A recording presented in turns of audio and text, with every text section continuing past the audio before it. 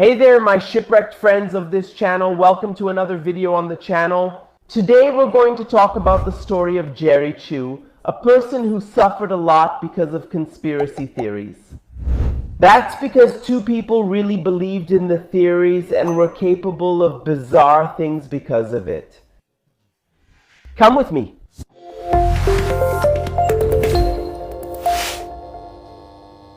Chu was born on August 27, 1973 in Malaysia. She had two sisters and she was always a sweet woman, very focused on things.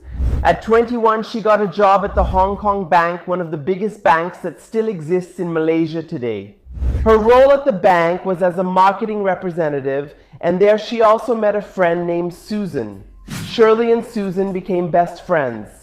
And then they started taking several trips, and on one of those trips they went to Orlando. They went to Disney in Orlando in the United States. There at Disney, Shirley ended up meeting a guy named Jason Rosnoft. I don't know if that's how you spell it, but I'll leave it here in the subtitles for you. And with that, they ended up getting involved, right? They ended up having a relationship. In 1993, Shirley ended up marrying Jason, and she went to live in the city of New Mexico in the United States. Along with him, Shirley also during this time got a job, right, as a cashier at Bank of America. Right at the beginning of the marriage, Shirley started to suspect Jason's lies from before the wedding. Jason, he wrote, right? To Shirley's parents, he said he was born in Marique and that he was an employee at National Aeronautics and Space Administration, something that later on Shirley found out was a lie.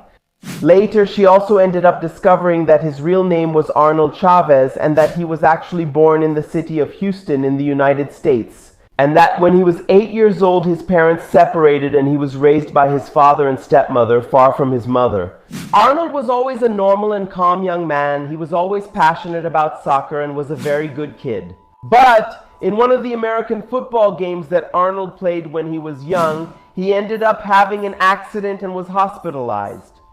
Guys, believe it or not, people say that after this accident, he ended up changing his personality. He ended up creating a new personality, and he changed completely after this accident. He ended up graduating in chemistry, so he was a chemistry specialist, and his first wife was Rosemary Guerrero. She ended up separating from Arnold because he had some strange behaviors.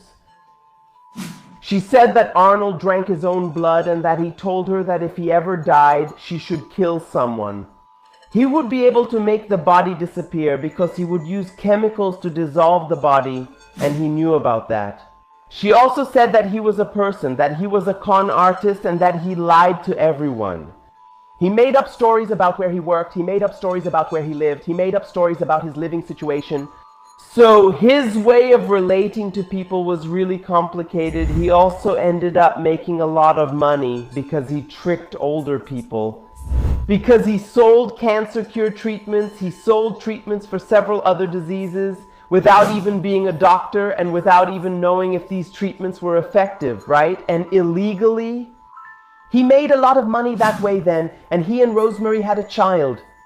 But after so many lies, after going through so much with him, she ended up leaving him.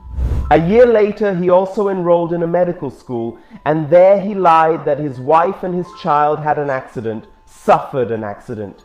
He also forged documents to get into that college, which resulted in his expulsion from that college.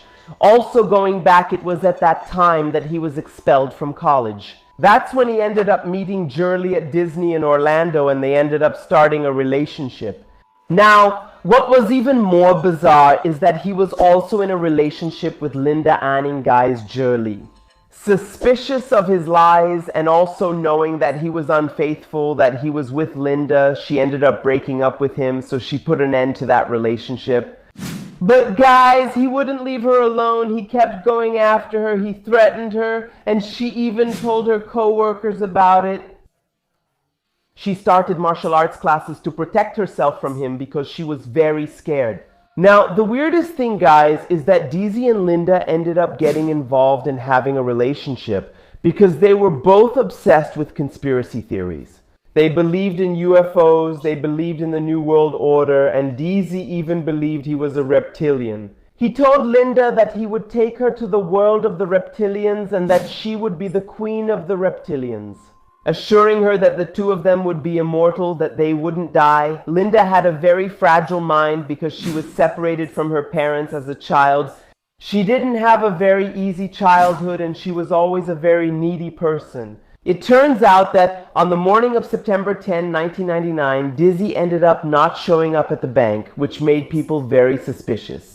That's because she was someone who never missed work, and they tried to find Dizzy, but they couldn't find her, so they ended up calling the police. The police then decided to enter the apartment, and there they found several stains on the carpet. The apartment also had a very strong smell of bleach. And there were signs that a physical struggle had taken place there because of the condition the apartment was in. Some of the neighbors who lived there in Dizzy's building said they had seen a person with their face painted black and wearing full camouflage clothing lurking nearby. Clothes and hair with blood were found on a street near Dizzy's apartment. They then went to Dizzy's house to continue the investigation, but the strangest thing was that he wasn't in his apartment and the door was ajar. This indicated an escape. Okay, and also, the condition of his house suggested that he had run away from there.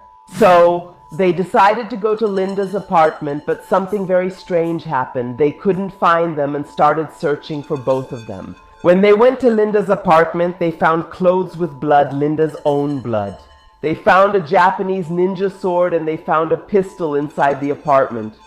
On October 29th, they managed to find Linda and they arrested her. Then, on November 17, 1999, Dizzy was found at the house of a woman he was involved with in South Carolina.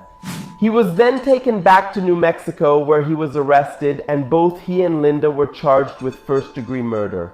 Linda's family and defense claimed that she was a good girl, you know, kind-hearted, and that Diaz had brainwashed her.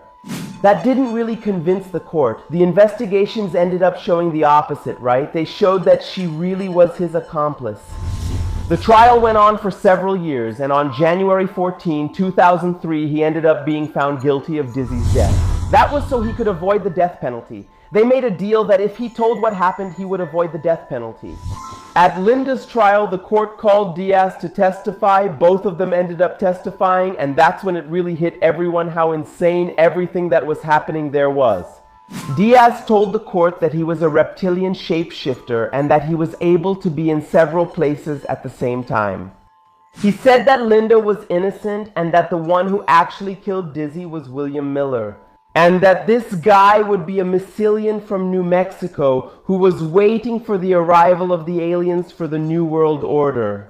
Later, he also ended up telling his cellmates, and this eventually reached the court, that Linda had eaten several parts of Shirley's body so they could make sure her remains wouldn't be found by the investigators. In January 2002, Diaz was sentenced to life in prison with no possibility of unconditional release for 60 years. Linda was also sentenced to 73 years in prison. It wasn't a life sentence, but I believe it's basically the same thing, right? Considering the age she already was. And Shirley's body still hasn't been found to this day. Yeah, guys.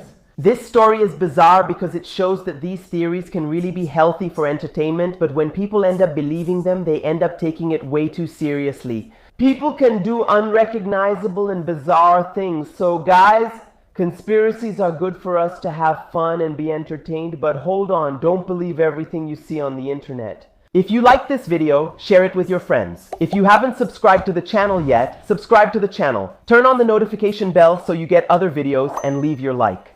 Because that's very important for this video and for sharing this video. Guys, thank you so much for making it this far and see you in the next video. I'm out.